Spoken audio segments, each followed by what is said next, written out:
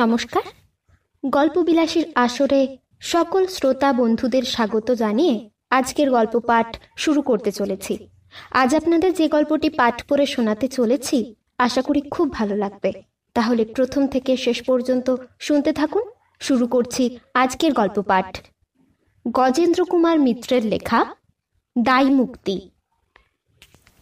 মাধবের বাবা পরেশবাবু ছিলেন এক মাঝারি স্কুলের বাংলার সেকেন্ড মাস্টার। যখনকার কথা বলছি তখন স্কুল মাস্টারদের এমন রাজকীয় বেতন ও বাদশাহী প্রাইভেট টিউশনির ব্যবস্থা হয়নি। তখনও তারা দরিদ্রই ছিলেন। পরেশবাবু পণ্ডিত লোক ছিলেন এবং ব্রাহ্মণ। কিছু কিছু পূজাপাঠ করে সংসারের অভাব মেটাতেন। তবে পোষ্য বেশি নয়, এই এক সুবিধা। মাধব আর যাদব দুটি ছেলে, মেয়ে হয়নি। কলকাতার শহরতলির ছোট্ট একটি একতলা বাড়িতে তারা থাকতেন। ভাড়া কম ছিল, একরকম করে তাদের চলে যেত। মনে আশা ছিল ছেলেটি লেখাপড়া শিখবে, গ্র্যাজুয়েট হলে চাকরিও জুটে যাবে একটা, তাহলে বৃদ্ধ বয়সে একটু বিশ্রাম পাবেন। বড় ছেলেটার ওপরে ভরসা বেশি। ছোটটির সবে 5 বছর বয়স। মাধব পড়াশোনায় খুব ভালো না হলেও মোটামুটি পাশ করেই উঠেছে। ক্লাস 9-এ পড়ছে। এই 14 বছর বয়সেই, 16 পূর্ণ হবার পরেই পাশ করবে। সেই ছেলে যে এই কাণ্ড করবে কে জানত। 9 আর 10-এর কটি ছাত্র ইতিমধ্যে কিছু কিছু নেশায় পরিপক্ক হয়েছিল। তারা চেষ্টা করবে আরো কিছু ভালো ছেলেকে দলে টানতে, এটা তো স্বাভাবিক। সেই দলে মাধবও পড়ে গিয়েছিল। একদিন টিফিনের সময় দূরে এক গাছতলায় বসে সবে গাঁজার কলকেতে টান দিয়েছে। হঠাৎ এক সাব ইন্সপেক্টর ও এক সিপাহী যাচ্ছিলেন। তাদের চোখে পড়ে গেল। শুধুই কি আর ছেলেদের চরিত্র সংশোধন, এদের অভিভাবকদের কাছ থেকে কিছু আদায় হতে পারে ভেবে তারা সেই 5 জনকে ধরে নিয়ে হাজতে পুড়ে দিলেন।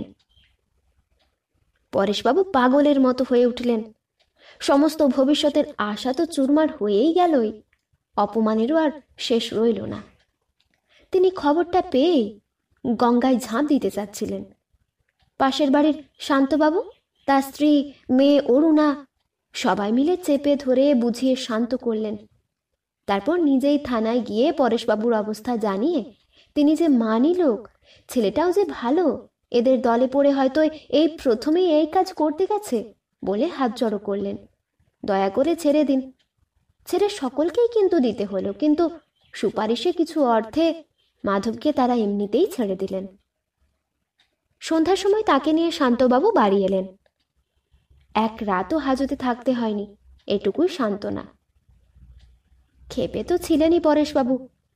এখন ওকে ধরে বাড়ির দোর বন্ধ করে যাতে প্রতিবেশীরা না এসে বাধা দেন, ওরই চামড়ার বেল্টে পাগলের মতো মারতে লাগলেন। ছেলেটা ক্ষত বিক্ষত হয়ে গেল। স্ত্রী বাধা দিতে গিয়ে 2-4টে ঘাও খেলেন। ছেলেটা কিন্তু কাঁদেনি, মুখ বুজে সেই চোরের মার সহ্য করেছে। শেষে পরেশবাবুই শ্রান্ত হয়ে ছেড়ে দিয়ে হাউ হাউ করে কাঁদতে লাগলেন।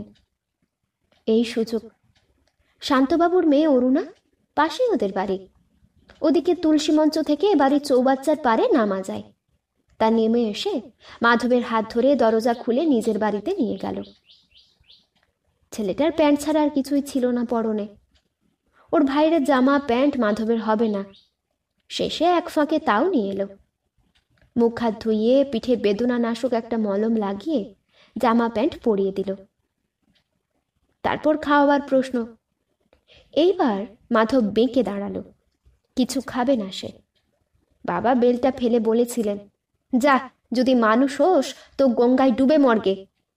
সেইটাই বড় লেগেছিল। কিন্তু শান্তবাবু স্ত্রী যখন বাবা বাছা করে 2টো কলা আর ঘরের নারকেল নাড়ু খাইয়ে দিলেন, তখন এই প্রথম মাধব কেঁদে ফেলল।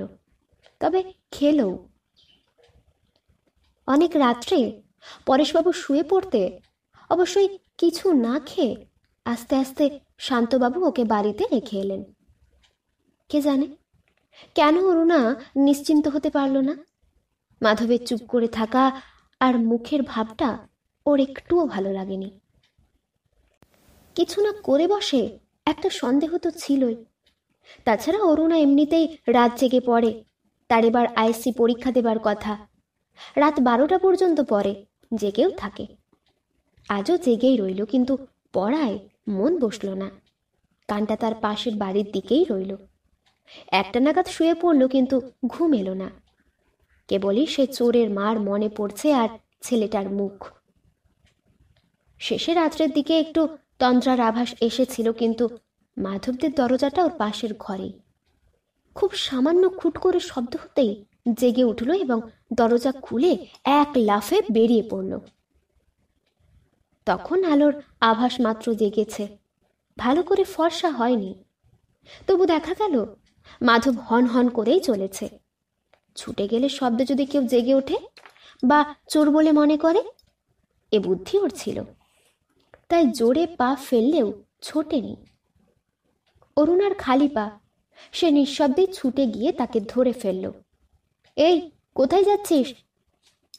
মাধব সহজভাবেই উত্তর দিল, গঙ্গায়।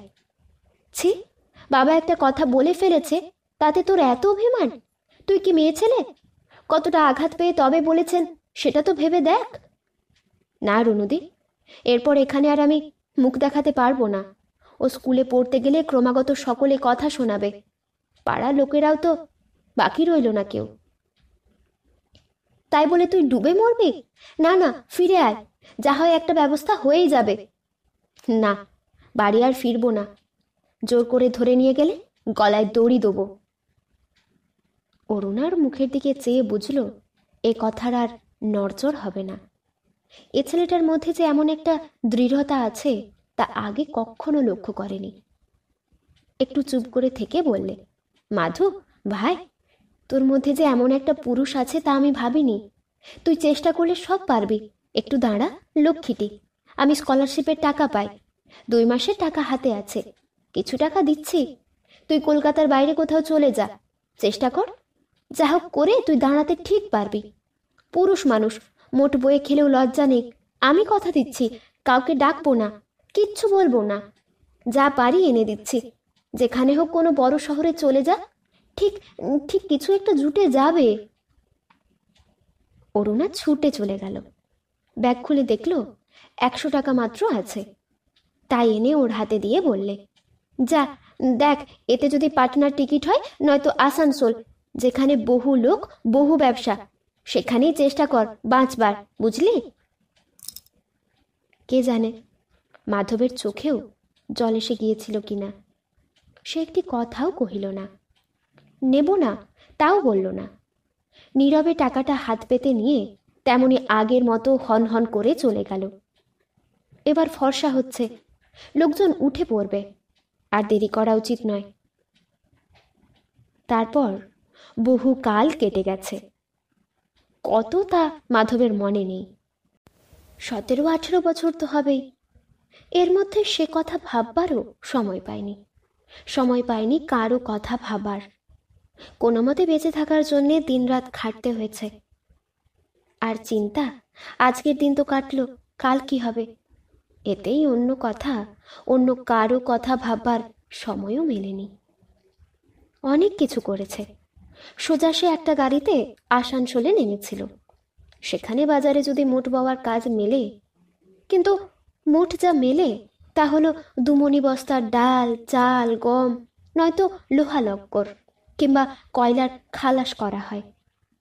তা সে করতে পারত, কিন্তু তাতে একমাত্র জামা প্যান্ট নষ্ট হয়ে যেত। বাজারে বিশেষ মোট বাবার কাজ মেলে না। একজনের সঙ্গে বিপুল বাজারের ভার বয়ে বাড়ি পর্যন্ত পৌঁছে দিয়ে গেল, পেল মাত্র 4 আনা। ভদ্রলোক বাঙালি। তিনি ওর শুকনো মুখ আর অসহায় দৃষ্টি দেখে বুঝলেন। বললেন, বাড়ি থেকে পালিয়ে এসেছো বুঝি ছোকরা? পইতে দেখছি জামার মধ্যে থেকে, তা বামুন? মাধব ঘাড় নাড়ল। কাজটা ভালো করনি, এ জায়গা ভালো না। মারামারি, খুন, জখম, চুরি, জোচ্চুরি লেগেই আছে। ওইসব দলে পড়লে ইহকাল পরকাল সব যাবে। নেশাভাং করতে শিখবে, গুন্ডার দলে নাম লেখাতে হবে। বরং যদি বাড়ি ফেরার পথ না থাকে, পাটনা চলে যাও, কাছাকাছি পৌঁছে যেতে পারবে। কলকারখানার কি খনি অঞ্চলে পা দিও না, ইহকাল পরকাল সব যাবে। ওর মুখ দেখে ভদ্রলোকের বুঝি মায়াই হলো। ঘরে বাসি রুটি ছিল, গুড় দিয়ে খেতে দিলেন, ভাঁড়ে করে জল, তাতেই একটু চাও ঢেলে দিলেন। প্রাণ পেল যেন মাধব, ওকে প্রণাম করে চলে গেল। আর ওরই কথা মতো পাটনাতেই চলে গেল। সেখানেও কোনো সুবিধে দেখল না। কি কাজই বা করবে? এখানে কি কাজ পেতে পারে সে? খুঁজে খুঁজে জিজ্ঞাসা করে করে কোথায় বাঙালি পাড়া কদমকুড়ায় পৌঁছালো। সবই অবস্থাপন্ন লোকের বাড়ি, সেখানে ঢোকাই মুশকিল। দোকানপাট দু চারটে যা নজরে পড়ল, সেখানে দেখল আরও মুশকিল। নানা কটু কথা বলে। চুরি করে পালিয়েছ বুঝি? এখানে এসেছো আমাদের ঘাড় মটকাতে? ভেসে পড়ো, ভেসে পড়ো, নয়তো থানায় গিয়ে নাম লিখিয়ে তাদের পারমিশনটা নিয়ে এসো। শেষে দু চারজন বাঙালি বাড়ি গেল। বাড়ির কাজ সে করে, ঘর মোছা, বাসন মাজা। কিন্তু কেউ শুধু আমাদের লোক আছে বলে তাড়িয়ে দিলেন। কেউ বললেন, তোমাকে এখানে কে চেনে? কারো সুপারিশ দিতে পারবে? ঘুরে ঘুরে চলেই আসছে। হঠাৎ একটা বাড়ি থেকে একটা মহিলা বেরিয়ে এলো। ও খোকা, খোকা, শোনো শোনো। আশ্বস্ত হয়ে কাছে গেল, কিন্তু মালিক বলে উঠলেন, ওকে, কি সাহসে ওকে তুমি ডাকছো? তোমার দরকার বলে চোর ডাকাত খুনে ঘরে আনবে নাকি? তোমাকে কিছু করতে হবে না, আমি করব এখন। যত সব হয়েছে কুঁড়ের বাদশা, কামচোর। সঙ্গে সঙ্গে স্বামী স্ত্রীতে ধুমধুমার বেঁধে গেল। হঠাৎই মাধবেরই কি মাথায় গেল, বললে, দেখুন, আপনারা দাঁড়িয়ে থেকে কাজ করিয়ে নিন, আমি এই বাইরের রকেই পড়ে থাকব, আপনারা ভেতরে চাবি দিয়ে শোবেন। ও বাবা, শুনেছ পাকা পাকা কথা? এ চোরের দাদা মশাই। এবার কিন্তু গৃহিণী রণরঙ্গিনী মূর্তি ধরলেন। কথা না কইলেও বদমাইশ, কথা কইলেও চোর। তোমার যথা সর্বস্ব অমনি গেল। বেশ তো, ও তো বলছে বাড়ির বাইরেই পড়ে থাকবে। সে তো কত লোক এমনই শুয়ে থাকে, তাদের পাহারা দাও এবার। ও খোকা, এদিকে এসো তো। তা বাসন মাজতে পারবে? ওই কটা বাসন মেজে ফেলো দেখি এক্ষুনি। তারপর ঘরগুলো মোছো। আমাদের এই একতলাটা, ওপরের বাড়িওয়ালা থাকেন, তাদের অন্য পথ। এসব কাজ করার কথা নয়, তবু মার অসুস্থ হলে দু একদিন কাজ চলা মতো করতে হয়েছে। বাবা রান্নার দিকটা দেখতেন, মাধবী কাজগুলো করত। অপটু যে গৃহিণী দেখেই বুঝলেন, ও হরি, তুমি তো দেখছি এ কাজ কখনো করনি। বাড়ি থেকে পালিয়ে এসেছো বুঝি? চুরি চামারি করে নাকি নেশা ভাঙ করে? চোখে জল এসে গেল এই কদিন পরে। বলল, করেছি মা, বাড়িতে এক আধ দিন করেছি। আপনি বলে দিন না, আমি ঠিক করব, ঠিক পারবো। বোধহয় চোখে জল দেখেই গৃহিণী দ্রবীভূত হলেন। দেখিয়ে শুনিয়ে দিয়ে কাজও করিয়েও নিলেন। শুধু তাই নয়, ও যে এক কাপড়ে এসেছে তা বুঝে নিজের ছেলের একটা পুরনো প্যান্ট আর একটা গেঞ্জিও দিলেন। বললেন, ওখানে এক টুকরো সাবান আছে, ও দুটো কেচে শুকোতে দাও, তারপর বাইরে বসো, ভাত হলে ডাকবো। গা খুলতেই পৈতেটা নজরে পড়ল। ও হরি, তুমি বামুনের ছেলে? ছি ছি, এ পড়াভোগ কেন? লেখাপড়া ভালো লাগলো না বুঝি? কাজটা ভালো করনি বাবা। দিন কত কাটবার পরে কর্তাও প্রসন্ন হলেন। কাছে ডেকে পরিচয় জিজ্ঞাসা করলেন। সব শুনে বললেন, তা ব্যাপারটা কি বলো দেখি। সবই খুলে বলল মাধব, কিছুই গোপন করল না। এই, আমি বলি কত কি কাণ্ড, তা এখনো সময় আছে, বাড়ি ফিরে যাও। না বাবু, বাবা গঙ্গায় ডুবে মরতে বলেছেন। যদি কোনো কিছু করতে না পারি, গঙ্গাতেই ডুবব। এখানেতেও তো গঙ্গা আছে। ভদ্রলোক এক বড় কন্ট্রাক্টের ফার্মে কাজ করতেন। তিনি কদিন ওর ভদ্র চালচলন দেখে ওখানে সুপারিশ করলেন, বয় হিসেবে কাজ করার জন্যে, চা আনা, জল দেওয়া ইত্যাদি। সে কাজ সে পেয়েও গেল। 50 টাকা মাইনে, এছাড়া টিফিন রোজ 8 আনা হিসেবে। সেই শুরু। মাধব বোকা নয়, বিশেষ অঙ্কটাও ভালোই বুঝত। আস্তে আস্তে কিছু কিছু লেখাপড়ার কাজও করতে শুরু করলো। হিন্দি শেখার বই কিনে হিন্দিও শিখে নিল। বছর খানেকের মধ্যেই মালিকের চোখে পড়ে 100 টাকা মাইনে তার হয়ে গেল। আরও বছর খানেক পরে মালিক ওকে নিয়ে কর্মস্থলে যেতে শুরু করলেন। হয়তো একই সঙ্গে 2 জায়গায় যেতে হবে। এখানের কাজ খানিকটা দেখে বাকিটা ওকে দেখতে বলে, কি করতে হবে ওরা ঠিক করছে কিনা লক্ষ্য রাখতে বলে ওখানে চলে গেলেন। এসে দেখতেন লক্ষ্য রাখার কোনো ত্রুটি ঘটেনি। আরও বছর কতক পরে কাজ শিখে আর হাতে কিছু টাকা রেখে এলাহাবাদ চলে গেল মাধব। ওখান থেকে কাজ করতে গেলে অন্নদাতার সঙ্গে প্রতিযোগিতা চালাতে হয়। তাছাড়া এখানে বড় বেশি ঘুষের ব্যাপার। আরশোলা মাকড়সা শুদ্ধ যেন হাঁ করে আছে ঘুষের জন্যে। শুরু করার সময় অনেক রকম বাধা বিঘ্ন আসে। তাছাড়া নেহাত ছোকরা ভেবে সবাই ঠকাবার চেষ্টা করে, সেটা জানে মাধব। ঝগড়াঝাটি না করে কৌশলে কার্য উদ্ধার করে। ক্রমে সবাই বোঝে বয়স কম হলেও ছোকরা পাক্কা ব্যবসাদার। এখানে কাজও ভালো আসতে লাগলো, ঘুষ ওখানের চেয়ে কম। আস্তে আস্তে মাথা তুলে দাঁড়ালো মাধব, টাকাও হাতে এলো। তারপরে সম্প্রতি নিজে একটা বাড়িও করে ফেললো টেগর টাউনে। পুরনো একটা ছোট বাড়ি ছিল আধভাঙা, সেইটাই কিনে নতুন করে ছোট দোতলা বাড়ি করল। এইবার নিজের দিকে তাকাবার অবসর মিলল। বাড়ি তো করলো, তা বাড়িতে কে থাকবে, কাকে নিয়ে সংসার? একটি ভৃত্য ভরসা, সে সব করে। তবে সে সবে আর মন ভরে না। এবার সংসারের কথা তার মনে হয়। এতদিন গোঁ ভরে চলেছিল কি সে উন্নতি করবে, এই লক্ষ্য সামনে রেখে। এবার একটু আরাম, একটু সেবার কথা মনে হচ্ছে। সেই সঙ্গে মনে হচ্ছে মা বাবা ভাইয়ের কথা। আর সবচেয়ে বেশি যা মনে হচ্ছে রুনুদির কথা, যে মৃত্যু থেকে তাকে বাঁচিয়েছে। রুনুদি কি আর এখনো ওই পাড়ায় আছে? বিয়ে থা হয়ে ছেলেপুলে হয়ে গেছে নিশ্চয়। যাই হোক, খবরটা একবার নেওয়া দরকার। বেরিয়ে পড়ল এতকাল পরে কলকাতার দিকে। একটা হোটেলে সুটকেস রেখে স্নান সেরে বেরিয়ে পড়ল ওদের পুরনো পাড়ার দিকে। কিছুই আর চেনার উপায় নেই। রাস্তাঘাট পাল্টে গেছে। কত বাড়ি চারিদিকে নতুন নতুন, কত দোকানপাট। এ কোথায় এলো সে? সে বাড়ি কই? কোন দিকে সে রাস্তা? অনেক খুঁজে খুঁজে পাড়াটা পেল। প্রায় হাতড়ে হাতড়ে বলতে গেলে সে রাস্তা বাড়ির কাছেও এসে পৌঁছল। সে জায়গাটা আছে, কিন্তু বাড়ি? নতুন 3 তলা বাড়ি হয়েছে সেখানে, নতুন নতুন লোক। এতে জিজ্ঞাসা করলে কি এরা বলতে পারবে? পাশের দিকে চাইল। রুনুদির বাড়িটা আছে, কিন্তু খুব জীর্ণ অবস্থা। কতকাল মেরামত হয়নি, চুন পড়েনি কেন কে জানে। ওরা কি এখানে আছেন এখনো? জিজ্ঞাসা করবে? কেউ কিছু বলবে না তো?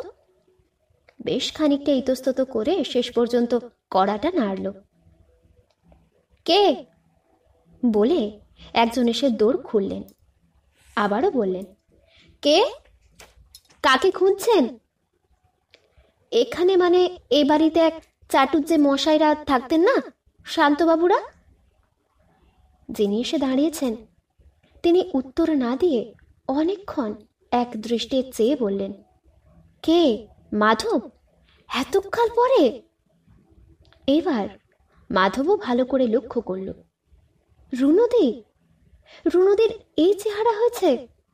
সুন্দরী খুব একটা ছিল না কোনোদিনই, কিন্তু বেশ সুশ্রী ছিল। খুব চুল ছিল পিঠ জোড়া। এ কাকে দেখছে সে? চুল পাতলা হয়ে গেছে, রোগা, রগ ভাঙা, যেন মনে হয় বুড়ি হয়ে গেছে।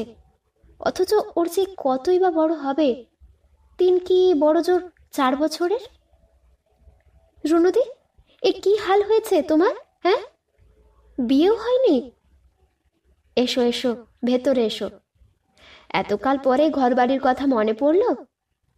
হাত ধরেই টানতো, কেমন যেন সংকোচ বাঁধল। একটু পিছিয়ে গিয়ে ওকে ভেতরে যাবার পথ করে দিল। 2খানা মাত্র ঘর ওদের, তবে সবটাই পাকা। এই বাইরের ঘরে শান্তবাবু শুতেন। এখন তক্তপোষটার ওপর একটা চাদর পাতা। তাও খুব পরিষ্কার নয়, বহু কাল বোধহয় কাঁচা হয়নি। তবু সেখানেই বসলো মাধব। তারপর একটু ইতস্তত করে বলল, আমার বাবা মা এরা সব কোথায়? নতুন পেল্লায় বাড়ি উঠেছে এখানে। কথাগুলি আটকে যায় বই কি। অরুণা কিন্তু সহজভাবেই উত্তর দেয়, জ্যাঠামশাই তুমি যাবার পরেই ভেঙে পড়েন, খুব কান্নাকাটি করতেন, শরীর ভেঙে পড়ল, বছর চারেকের মধ্যেই মারা গেলেন। তখন তো যাদব সবে ফার্স্ট ইয়ারে পড়ে। মা বলতে গেলে ভিক্ষে দুঃখ করে ওকে বিএসসি পর্যন্ত পড়িয়েছিলেন। তারপর ওরই এক ছাত্র ছেলেটাকে একটা চাকরি করে দেয় ডুয়ার্সের চা বাগানে। সেখানেই মাকে নিয়ে চলে গেছে। তাদের আর কোনো খবর পায়নি। এ বাড়ি তো ওদের ছিল না, ভাড়াও বহুকাল দেয়নি। নেহাত এই অবস্থা বলে বাড়িওয়ালা উৎখাতও করেনি, তবে চলে যাবার সঙ্গে সঙ্গেই বিক্রি করে দিয়েছিলেন। চোখে জল এখনো ছিল। মাধব অবাক হয়ে ভাবে, কোথা থেকে এলো এ জল? নীরবে বসে রইল কিছুক্ষণ। রুনুদির কাছে কোনো লজ্জা নেই। তারও গলা এই কাহিনী বলতে বলতেই ভারী হয়ে এসেছে। মাধবের দুঃখ সে বুঝবে। তুমি একটু বসো, আমি চা করে আনি বলে সে ভিতরে চলে গেল। চা আর বিস্কুট যখন এসে পৌঁছল, তখন মাধব চোখ মুছে ফেলেছে। তা তোমাদের খবর কি? এমন অবস্থা কেন? বাড়িতে আর কেউ নেই? খেয়ে থাকবে বলো? তুমি যাবার 1 বছরের মধ্যেই মা আর বাবা মারা গেলেন, একেবারে যেন ভগবানের অভিশাপ। বাবা অফিসে কাজ করতে করতে টেবিলেই ঢলে পড়লেন, আর মা আরও কীর্তি করলেন। 6 মাস যেতে না যেতে মা হঠাৎ ভিজে কাপড় শুকোতে দিতে গিয়ে এমন হাত চালালেন যে ইলেকট্রিকের তারে লাগলো। ভাই দুটোই তো তখন স্কুলে পড়ছে। বিয়ে পড়ার ফর্ম পর্যন্ত জমা হয়েছে তখন, কিন্তু কে আর পড়াবে? আমাদের পাড়ার মেয়েদের একটা মাইনর স্কুল ছিল না, তোমার মনে আছে? সেটা এখন হাই স্কুল হয়েছে। আমাকে পাড়ার লোকে চেষ্টা করে সেই মাইনর স্কুলেই ঢুকিয়ে দিলেন। তাতে আর কতটুকু হয়, 2টো টিউশনিও ধরতে হয়েছিল। রাত 4টেয় উঠে ভাইদের জন্য রান্না করে রেখে স্কুলে ছুটতে হতো। মাইনরটাই সকালে হয়, বাড়ি ফিরে একটু জিরিয়ে 2টো পরপর টিউশনি, আবার রাত্রিরে রুটি করা। শরীর এখনো যে আছে, এই আশ্চর্য। তা ভাইদের কি খবর? ওরা দুজনেই বিকম পাশ করেছে। ছোটটা তো খুব ভালো রেজাল্ট করেছে, তবু চাকরি পেতে দেরি হয়েছিল। অবশ্য ওরাও টিউশনি ধরেছিল। যাই হোক, দুজনেরই চাকরি হয়েছে শেষ পর্যন্ত। একজনের বিহারে আর একজনের রায়পুর মধ্যপ্রদেশে। ছোটটা একটা বিয়েও করে ফেলেছে, বড়টা এখনো করেনি। তার মানে তুমি একা এইখানে? আর কি করব বলো, ওদের বাড়ি আগলাচ্ছি। ও মা, এইভাবে নিজের জীবনটা নষ্ট করবে? করার কি বাকি আছে বেশি? না না, তা হতে পারে না। আমি এলাহাবাদে একটা বাড়ি করেছি, তুমি আমার সঙ্গে চলো। এখানকার মাইনর স্কুলে আর দরকার নেই। এলাহাবাদে গিয়ে কিছুদিন বিশ্রাম করো, তারপর যদি মাস্টারি করতে হয় সেও আমি জোগাড় করে দিতে পারবো। জগত্তারণ ছাড়াও অন্য একটা বাঙালি মেয়েদের স্কুল বসার কথা হচ্ছে, সেখানেও আমার হাত আছে। তাও না ইচ্ছে হয়, যদি আমার দেমাগ বলে মনে না করো, আমার একটা ছোটোখাটো আপিস আছে, সেখানে হিসেব টিসেবগুলো যদি দেখে দাও তাহলে আমি বেঁচে যাই। যা খুশি তাই করো। এখন তো চলো, আগে প্রয়াগে চান করবে, তারপর বিন্ধ্যাঞ্চল কাশী এগুলো ঘুরে আনি, শরীরটা সারুক একটু, পরে দেখা যাবে। যা, তা কখনো হয়? বাড়ি ঘর তাহলে কে সামলাবে? তুমি কি অনন্তকাল সামলে রাখতে পারবে? বাড়িতে কত বছর হাত পড়েনি, ওরা টাকা দেয় না? ছোটর তো উপায় নেই, বড় ট্যাক্সটা দেয় বছরে বছরে। আহা, তাদের জন্য তুমি বাড়ি আগলাচ্ছ? ওসব হবে না, চলো, তোমাকে না নিয়ে আমি যাব না। দূর পাগল, তা হয় নাকি? কেন হবে না? পৃথিবীতে অসাধ্য কিছু নেই, তুমি তো শিখিয়েছিলে। বেশ, তো বাড়ি চাবি দেওয়া থাকবে, আশেপাশের বাড়িতে বলে যেও, আমার ঠিকানা দিও। বলো, এ এক ভাই আমার শরীর ভেঙেছে বলে জোর করে নিয়ে যাচ্ছে। আমি মাস তিনেক পরে ফিরে আসব। তোমার ঘরে কি কিছু সোনা চাঁদি কিছু আছে? কিছু নেই, যা সামান্য ছিল ছোট ভাইয়ের বউকে দিয়েছি। সে কিছু নয় এমন। মার গয়নাই বাকি ছিল, যা ছিল বিক্রি করতে হয়েছে। ওদের পরীক্ষার ফি, অসুখ বিসুখের জন্য দমকা খরচ তো আছেই। তবে আর কি, নিশ্চিন্তি। তা তোমার বউ কি বলবে?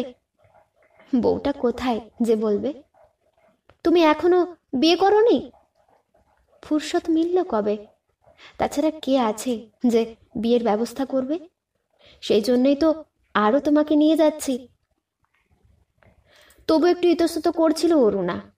মাধব বললে, দেখো, আমি মিস্ত্রি খাটিয়ে খাই, সেই রকম লোকের সঙ্গে আলাপ পরিচয়।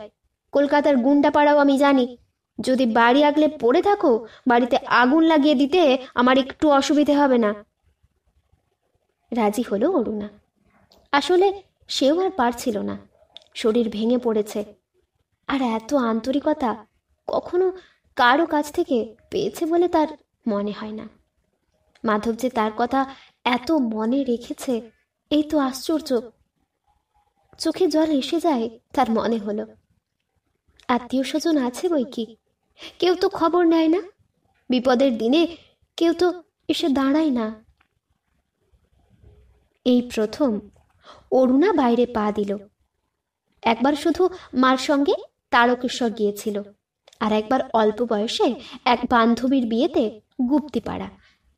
যা দেখেছে তাতেই তার বিস্ময়ের সীমা থাকছে না। মাধব এমন চমৎকার বাড়ি করেছে নিজের আয়ে। বাহাদুর ছেলে। আহা, জ্যাঠামশাই দেখে যেতে পারলেন না? বাড়ি ছোট, দোতলা, কিন্তু চারিদিকে জমি বাগান করতে শুরু হয়ে গেছে। গাড়িও কিনেছে একটা, সেকেন্ড হ্যান্ড কিনা বোঝা যাবে না না বললে। নিজেই চালায়, একা। কি লড়াই নাই করতে হয়েছে ওকে। দিন দুই পরে মাধব জ্যোতি ডাক্তারকে ডেকে আনলো। এইরকম স্বাস্থ্য হয়ে গেছে খেটে খেটে আর না খেয়ে, একটা ভালো টনিক লিখে দিন তো।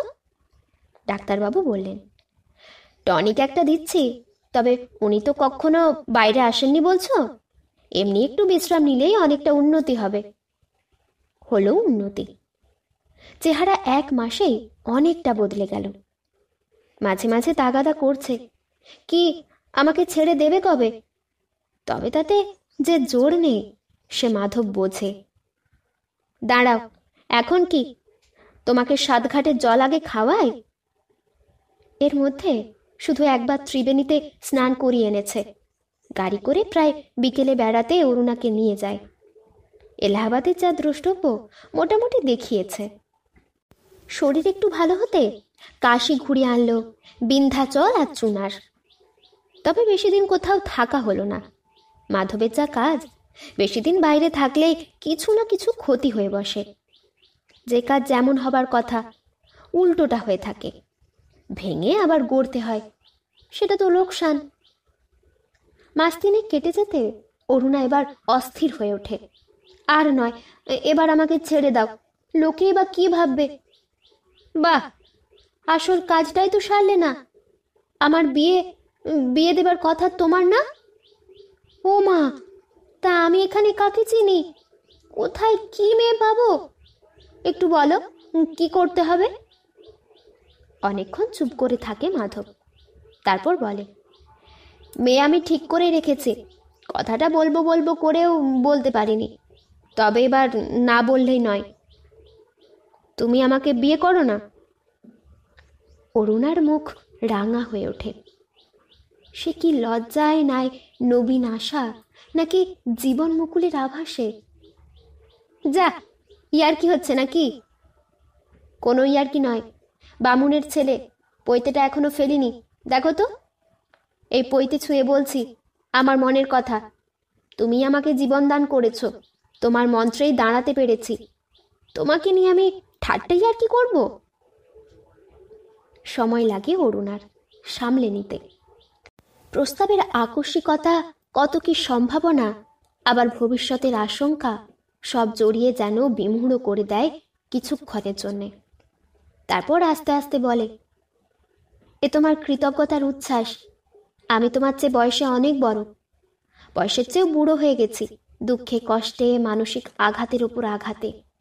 বুড়িকে নিয়ে তুমি কি করবে? তুমি যা শুনলুম প্রচণ্ড পরিশ্রম করেছ, কিন্তু তবু তোমার শরীর টসকায়নি। আজ যা মনে হচ্ছে সম্ভব, পরে ঘর করতে বসে বিতৃষ্ণা আসবে। আর এত বয়সে আমার কত ধারণা অভ্যেস বদ্ধমূল হয়েছে, সে তুমি হয়তো সহ্য করতে পারবে না। দেখো রুনুদি, তুমি আমার চেয়ে 3 বছরের বড়। এ আজকাল কেউ হিসেব ধরে না। পশ্চিমে তো ওটা প্রায় নিয়ম হয়ে গেছে। বাঙালিদের মধ্যেও 4-5 বছর বয়সে বড় মেয়ে বিয়ে করছে। এখানে আমার অফিসে একজন অ্যাকাউন্টেন্ট আছে না, টাইপ শিখতে গিয়ে ভাব 6 বছরের বড় মেয়ে বিয়ে করে এনেছে। মেয়ে বয়স লুকোয়নি, কেমন আনন্দে আছে তারা, ছেলেও হয়েছে। আমাদের পাড়ায় বোসমশাইকে মনে আছে?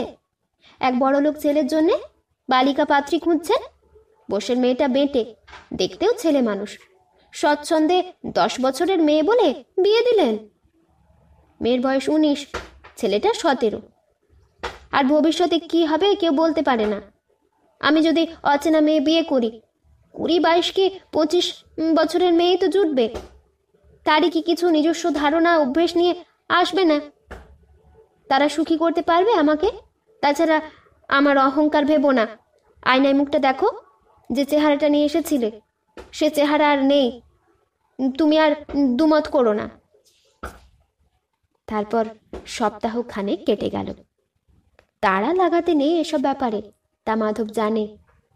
তবে লক্ষ্য করে আজকাল অরুণা পাড়ার কারো কারো বাড়িতে যেতে শুরু করেছে। একা একা থাকে, ভালোই তো। হঠাৎ একদিন মাধব দুপুরবেলা বাড়ি ফিরলে ওকে খেতে দিয়ে হাসি মুখে বললে, মাধব ভাই, রাগ করো না। আমি অনেক ভেবেছি, তোমার কাছে যা পেলুম জীবনে তা কখনো পাইনি। সেই সুরটা নষ্ট হতে দিতে আমি চাই না। আমি এই 72 নম্বরের চৌধুরী মশাইয়ের সঙ্গে কথা কয়েছি। তিনি একটি মেয়ে দেখেও দিয়েছেন, মোটামুটি সুশ্রী দেখতে, 22-23 বছর বয়স হবে। তুমি একবার দেখে আসবে? চুপ করে কিছুক্ষণ চেয়ে থেকে মাধব বললে, তুমি সবই ঠিক করেছ, আমি আর দেখতে গিয়ে কি করব? আমার কথা যখন শুনলে না, যা খুশি তাই করো। তবু কিছু শোনাতে চাই অরুণা। কোথাকার মেয়ে, দেশ কোথায়, কত দূর কি লেখাপড়া জানে, ওদেরই পাল্টি ঘর ইত্যাদি। এসব শোনে বলে তো সে মনে হলো না, শুধু উঠে যাবার সময় বলে যায়। তা ঘটনাটা কবে? হকচকিয়ে যায় অরুণা। সে কি, তুমি তো বলবে কবে কি সুবিধে। সামনের 17 তারিখে দিন আছে নাকি একটা ভালো, তা তুমি তাদের সঙ্গে কথাও কইবে না? না, কি দরকার? তোমার হুকুম, আমি তামিল করব, এই তো।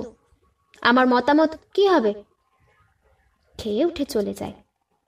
একটু যেন মুষড়ে পড়ে অরুণা। কই, কোনো চেঁচামেচিও করলো না, আর কাউকে বিয়েও করবে না তাও তো বললো না। তাহলে কি মাধবও এই চাইছিল? হাতের লক্ষ্মী পায়ে ঠেললো সে, নিজের জীবনটা ইচ্ছে করে নষ্ট করলো। ভবিষ্যৎ বলতে তো অন্ধকার। আবার ভাবে, সত্যি যদি তেমন হতো, ও যা ছেলে, একটু চেঁচামেচিও তো করতো, কিন্তু কিছু যেন সে বুঝতে পারল না। দিন কাছে আসে, অরুণা বলে, ও বাবু, গায়ে হলুদের তত্ত্ব তো করতে হবে, সেসব। ওসব আমি কিছু জানি না। যা দরকার হয় বলো, টাকা দিয়ে যাচ্ছি, কোনো আদিক্ষেতা করবে না। সময় মতো যাব, এই পর্যন্ত। তা বরযাত্রী কে যাবে? কজন? তাদের তো জানাতে হবে। বরযাত্রী শুধু তুমি, আর কেউ না। আমার কোনো লোক নেই। ও মা, তা বলে আমি যাব কি? গেলে বিয়ের পিড়িতে বসবো, না হলে উধাও হব। দায়িত্ব সব তোমার। কেমন যেন লাগে অরুণার। ছেলেটার কি সব উল্টো, কি কাণ্ড বাধায় দেখো। আবারও গিয়ে চৌধুরী মশাই শরণাপন্ন হয়। তিনি আশ্বাস দেন, ওর বড় জেদ, জানোই তো। আমি ওকে অনেক দিন থেকে চিনি। ওই একাই আসবে, আর তুমি আসবে। গায়ে হলুদ আসবে, আর কোনো লোক নয়। তাহলে কথা হয়ে গেছে, যাক। আশ্বস্ত হয় কতকটা। সেই সঙ্গে বুঝি কোথায় একটু আশা ভঙ্গ। বিয়ের দিন সকাল থেকে উধাও হয়ে রইল। এলো একেবারে সন্ধ্যের সময়। আজ ভাত খাবে না, তবু কিছু তো খাবে। হলুদ গেল, ওর গায়ে না ঠেকিয়ে কি আর করবে, মিথ্যে হলুদই পাঠাতে হলো। বাড়ি ফিরবে তো বিয়ের আগে। উদ্বেগ দুশ্চিন্তায় অরুণারও কিছু খাওয়াও হলো না। সেই যা ভোরে একটু চা আর 2-3টে বিস্কুট খেয়েছে। বিয়ে দূরে নয়, চৌধুরী মশাইয়ের বাড়িতেই হবে। মেয়ের বাবার তেমন কোনো জায়গা নেই, ঘর ভাড়াও মেলেনি। সন্ধ্যের পর এসে একখানা সিল্কের শাড়ি অরুণার গায়ে ফেলে দিয়ে বলেছে, নাও, তৈরি হয়ে নাও। রুনু খুব তিরস্কার করল। এই তো 7টার লগ্ন, তুমি এলে 6টা বাজিয়ে, যত সব অনাসৃষ্টি কাণ্ড। লগ্ন আছে আরো একটা, 8:20, সে আমি জেনে নিয়েছি। আমি চান করে নিচ্ছি, 2টো মিষ্টি দাও, আমারও সারাদিন খাওয়া হয়নি। আমি এই দামি শাড়ি পরে যাব? কি বলছো কি? তুমি আমার একমাত্র বরযাত্রী, তাও সেজে যাবে না? তাছাড়া তুমি তো বিধবা নও, পড়বে না কেন? আরো কত কি বলতে যাচ্ছিল অরুণা। চোখ পাকিয়ে বলল মাধব, দেখো, এখনো তুমি আমার হাতে। কেলেঙ্কারি হয় তোমারই হবে। আমার কথা না শোনো, বিয়ে হবে না। সে স্নানের ঘরে চলে যায়। অগত্যা জীবনে প্রথম ভালো দামি শাড়ি পরে তৈরি হলো অরুণা। স্নান করে ধুতি পাঞ্জাবি পরে তৈরি হলো মাধব। চন্দন বেটে রেখেছিল অরুণা। বললে, দাঁড়াও, একটু চন্দন পড়ায়। তাহলে তোমাকেও পড়তে হবে। দেখো, রাজি আছো? ধ্যাত, কি যে বলো। তবে ওই পর্যন্ত থাক, বুড়ো বরকে আর চন্দন পড়াই না। নিজের গাড়িতে বসিয়ে দুজনে রওনা হলো। চৌধুরী মশাইয়ের বাড়িতে অবশ্য একটু আলো টালোর ব্যবস্থা হয়েছিল। কিছু লোকও তো দেখা যাচ্ছে। ও, ছেলে বরযাত্রী যা বলবার তা বলেইছে, মেছামেছি ঔদাসীন্য দেখানো। ও কি, ওদিকে শাঁখ বাজছে, উলু পড়ছে, যেন মন্ত্র পড়ার শব্দ। অরুণা নামতেই চৌধুরী মশাই স্ত্রী হাত ধরে নামিয়ে নিলেন। এসো মা, এসো, এই বিয়েটা চুকে গেলে মাধবরা বসবে। আরো একটা বিয়ে হচ্ছে বুঝি? বলতে বলতে এগিয়ে যায় অরুণা। আরে, এ যে সেই মেয়েটারই বিয়ে, অন্য বর। তাহলে বিমূঢ় মুখে চাই অরুণা মাধব আর চৌধুরী মশাইয়ের দিকে। নিতাইবাবু বললেন, হ্যাঁ মা, এ সেই কোণে। মাধব তোমাকে ছাড়া বিয়ে করবে না। বাপের নামে দিব্যি গেলে বলাতে আর আমি জোর করিনি। এ পাত্র মাধবেই ঠিক করেছে, খরচা সব দিয়েছে মাধব। এবার তোমরা বসে যাও, সারাদিন উপোস করে আছো বেচারি। জিনিসপত্র যা কিছু কেনাকাটা করেছে সারাদিন ধরে, কাউকে বলেনি, শুধু বিশ্বস্ত কর্মচারী 3-4 জনকে। পরে বড় করে পার্টি দেবে, এই ওর ইচ্ছে। চৌধুরী মশাইয়ের স্ত্রী বললেন, চলো চলো, তোমাকে পিঁড়িতে বসিয়ে দিই। গয়নাগাটি সব তৈরি হয়ে আছে, এর মধ্যে পরিয়ে দিতে হবে। এই তোমার কর্তার হুকুম, বুঝলে? অজ্ঞানের মতো এগিয়ে যায় অরুণা। জীবনে কেঁদেছে ঢের, এই প্রথম আনন্দ অশ্রুজল পড়ল 2 চোখের কোল বেয়ে। এতক্ষণ শুনছিলেন গজেন্দ্র কুমার মিত্রের লেখা দায় মুক্তি গল্পটি। এই গল্পটি আপনাদের কেমন লাগলো তা আমাকে অবশ্যই কমেন্টের মাধ্যমে জানিয়ে দেবেন। যদি ভালো লাগে তাহলে লাইক এবং সাবস্ক্রাইব করে আমাদের পাশে অবশ্যই থাকবেন। আবার দেখা হবে পরের কোনো একটি গল্প নিয়ে। ততক্ষণ আপনারা ভালো থাকবেন, সুস্থ থাকবেন, সাবধানে থাকবেন। নমস্কার।